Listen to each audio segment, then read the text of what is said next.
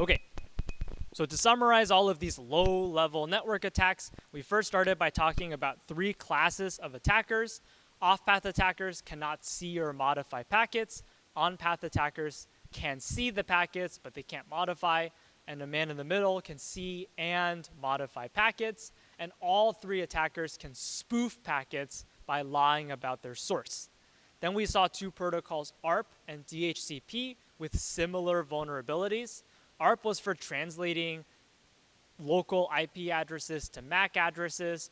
DHCP was for receiving new network configurations. But in both cases, the protocol involved someone broadcasting a question, asking everyone on the network about their question, and accepting a response.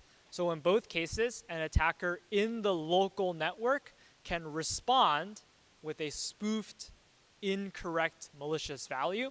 And if the attacker's response gets there first, then the host will accept that malicious response, and this makes the attacker a man-in-the-middle attacker. Now, in both cases, these attacks are pretty hard to defend against at layer 2. There isn't a lot of built-in security at layer 2, and with DHCP in particular, you're joining the network for the first time, so there isn't a lot of built-in trust. So we're going to rely on higher layers to help us defend against these attacks, and that's coming up in a couple of lectures.